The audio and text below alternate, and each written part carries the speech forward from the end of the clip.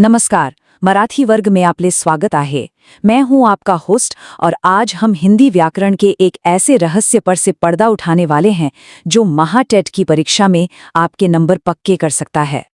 जी हाँ, आज हम एक जासूस की तरह जांच करेंगे 33 रहस्यमयी किरदारों की जिन्हें हम व्यंजन कहते हैं।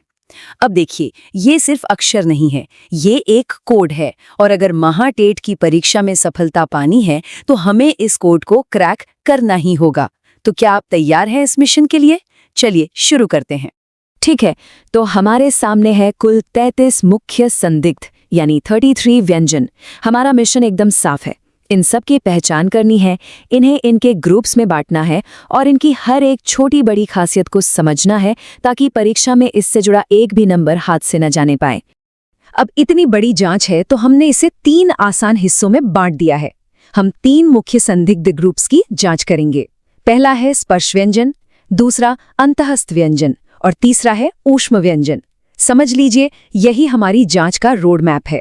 हम एक एक करके हर ग्रुप की परतें खोलने वाले हैं। तो चलिए अपनी जासूसी शुरू करते हैं पहले और सबसे बड़े ग्रुप के साथ, स्पर्श व्यंजन। देखिए, इनके नाम में ही इनका सबसे बड़ा सुराग छिपा हुआ है, स्पर्श।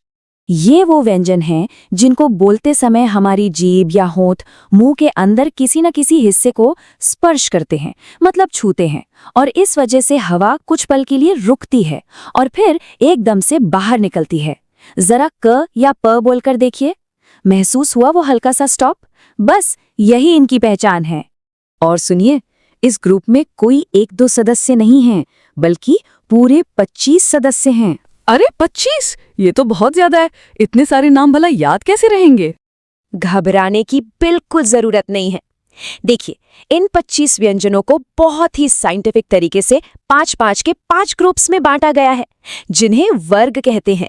ये है क वर्ग, च वर्ग, ट वर्ग, त वर्ग और प वर्ग। बस हर वर्ग का पहला अक्षर याद कर लीजिए, बाकी सब तो एक लय में अपने आप याद हो जाएंगे। स्पर्श व्यंजनों के इस बड़े गिरोह को तो हमने समझ लिया। अब वक्त है 2 छोटे लेकिन बहुत ही जरूरी किरदारों से मिलने का। इनके नाम हैं अंतस्था और ऊष्म व्यंजन। इन दोनों में जो सबसे बड़ा फर्क है वो इनके बोलने के तरीके का है।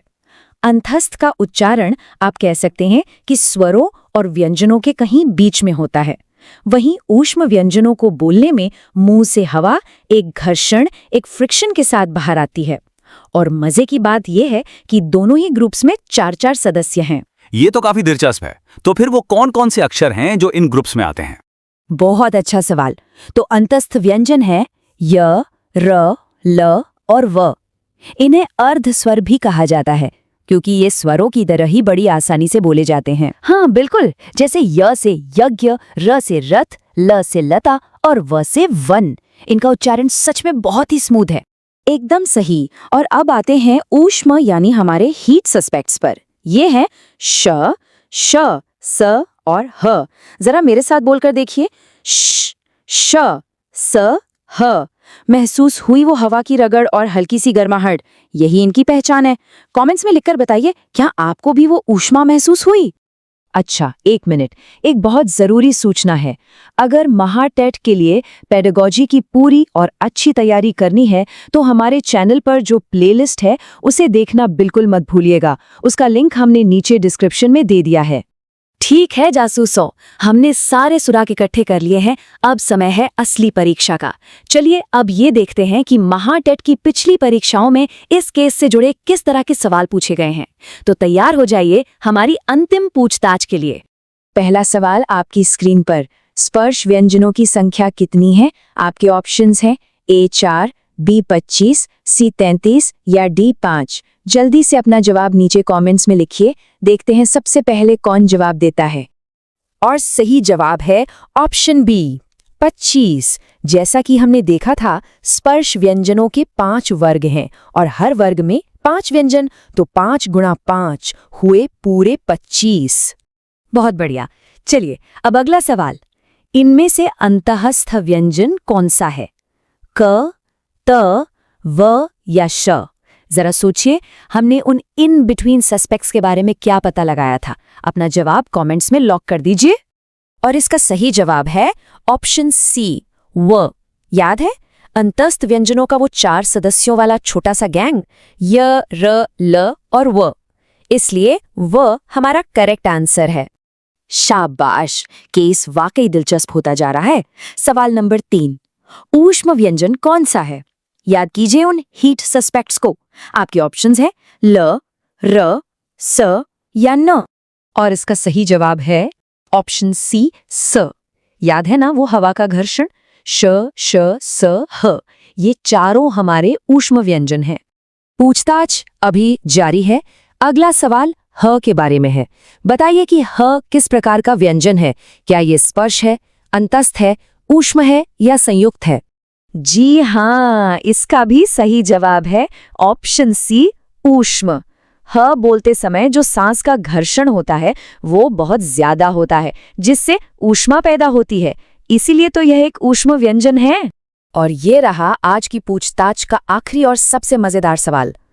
प वर्ग में कौन सा व्यंजन नहीं आता है? ये सवाल आपकी याददाश्त को परखेगा। ऑप्शंस हैं प, फ, भ या त। इसका सही जवाब है ऑप्शन डी, त। क्यों? क्योंकि त तो त वर्ग का सदस्य है, प वर्ग का नहीं। प वर्ग के 5 सदस्य हैं, प, फ, ब, भ और म।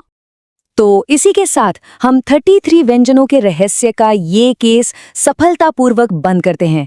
मिशन महाटेट सफल रहा। देखा आपने कैसे एक सही तरीके से हम किसी भी मुश्किल टॉपिक को कितना आसान बना सकते हैं। और ये है हमारी पूरी जांच की फाइनल रिपोर्ट। इसका एक स्क्रीनशॉट जरूर ले लीजिए। स्पर्श 25, अंतस्थ 4, य, र, ल, व और ऊष्म 4, श, श, स, ह। कुल मिलाकर हमारे 33 मुख्य व्यंजन। बस यही है आपकी सफलता का अंतिम सूत्र। रुकिए, अगर आप इस जांच पड़ताल को और भी गहराई से समझना चाहते हैं तो इसके PDF नोट्स और एक प्रैक्टिस क्विज का लिंक हमने नीचे डिस्क्रिप्शन में दे दिया है। अपनी तैयारी को और मजबूत करने के लिए उसे जरूर हल कीजिएगा।